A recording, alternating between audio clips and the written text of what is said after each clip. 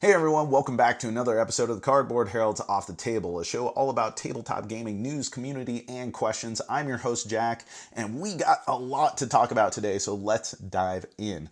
Our first news item is that there are reports from a German toy fair solicitation indicating that there are 2 new editions of Castles of Burgundy in development. We know hardly anything about this, and yet I am so incredibly excited. Now, what we do know is that there's these 2 editions. Likely one is going to be a Primo Collector's Edition, and another one is just going to be a new standard box edition going forward. And that one or both of them are going to have all of the 11 mini expansions included, which some of those are really rare and hard to find. And if it looks even half as good as it plays, then that is going to be one heck of a package. So I'm really looking forward to more details on this, and as soon as I get more details, I'll give you more details. So stay tuned for that. Our next news item is that Samuel Bailey, co-designer of Forbidden Stars, is asking fans on BGG what they'd like to see in a sort of redux of this game.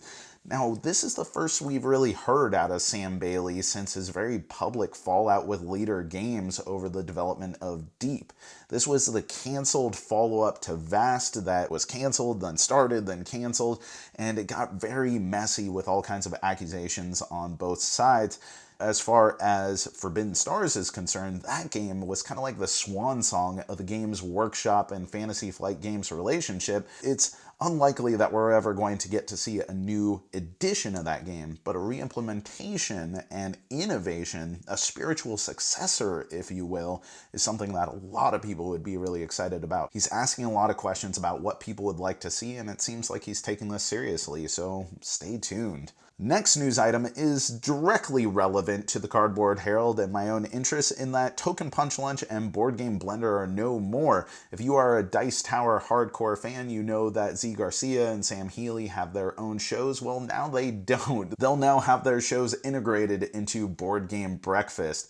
How this is going to work in relation to the Cardboard Herald submitting Rook and Record episodes to Token Punch Lunch, we'll see what happens.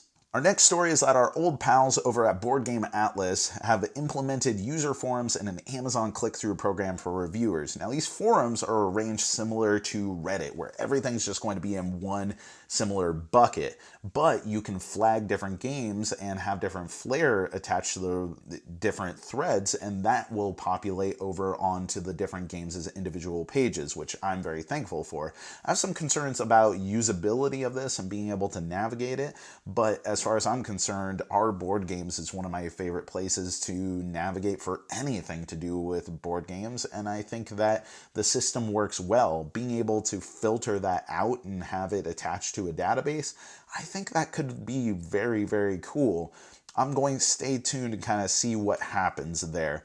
Now, as far as the click-through links, if you're not familiar with Amazon click-through links, a lot of content creators have them where they'll have a link at the bottom of a review that leads to a page on Amazon, and if you buy from that page, then the user who had the click-through link ends up getting a little kickback off of that. And I'm still trying to parse out the ethics for the Cardboard Herald's use of that, but I am interested that there's this implementation on Board Game Atlas where you can also use your slug from that onto the Board Game Atlas page listing. And so if my review of, let's say, I don't know, Castles of Burgundy is linking to the Board Game Atlas page, you click on that, then you click on the Amazon link from Board Game Atlas, then it redirects back to my click-through link slug. So I would still get the kickback, but they'd get additional traffic.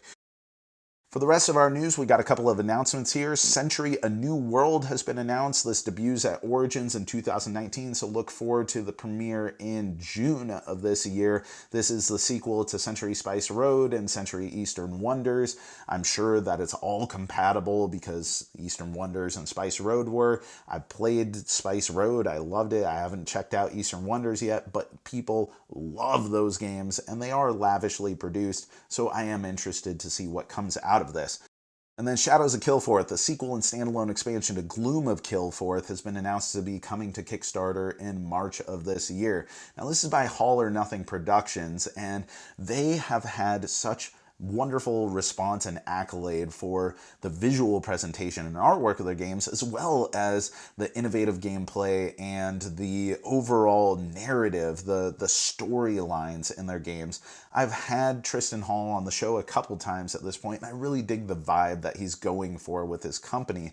And I'm interested to see what sort of experience that he brings to the table, because Gloom of Kilforth was their debut, and since then he's had subsequent Kickstarters, and he has so much more experience to bring back to this setting and imbue it with a lot more perspective. Now, if you want to get a good feel for these guys, just check out 1066 Tears to Many Mothers. From its somewhat preposterous name, which, I know the whole historical basis for the name, to the artwork, to the gameplay mechanics, it is such a lovingly detailed representation of an important moment in British history. So the last thing I wanted to talk about today is Flowscape, a virtual FX program that can be used for creating maps for Dungeons & Dragons, or really any role-playing game. I have not really used a lot of technology when it comes to my tabletop role-playing experiences. I'm kind of the pen and paper type of guy, but I've never had something that was so user-friendly, that just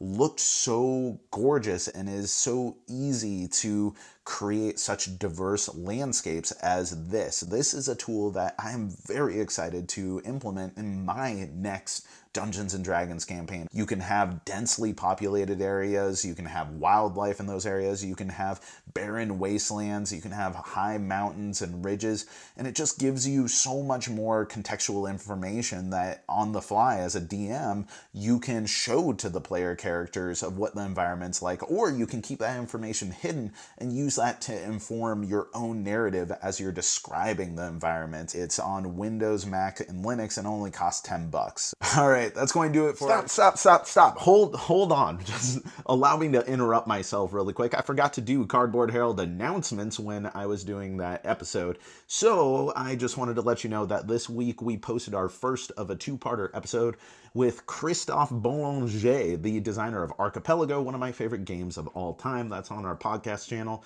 And also we premiered the Cardboard Academy with Sagrada, or how to play Sagrada in 7 or less minutes. So you should check that out. That was part of a project that we were premiering at PlatypusCon, our local convention here in Juneau, Alaska. It was very successful. I got a few of them already recorded. I'm very proud of them, and it's a whole new ball game for me, so any feedback is appreciated on that. But I think you should check that out, and we'll also have a bunch of convention footage on the video channel, so links, as always, are in everything. And support regional conventions and content creators and awesome people. Speaking of, let's get back to an awesome person like me in the past. If you have any feedback or thoughts on any of the topics that we covered, then start some discussions. Let us know. I'd love to hear what are some games that you'd like to see a visual overhaul on, and what are some programs that you've used to innovate in your Dungeons & Dragons campaigns. What role-playing game should I play next? I need to know this information. Plus, if you have any feedback about the show in general, I'd love to hear it. Bottom line, thank you so much for watching. I've been Jack for the Cardboard Herald. If you enjoyed this video, we have all kinds of other reviews, interviews, and recommendations via writing, podcasts, and video here on our channel and website cardboardherald.com. Our content is audience supported, so if you want to show your support, please visit our Patreon. Thank you so much for watching. This has been the Cardboard Herald.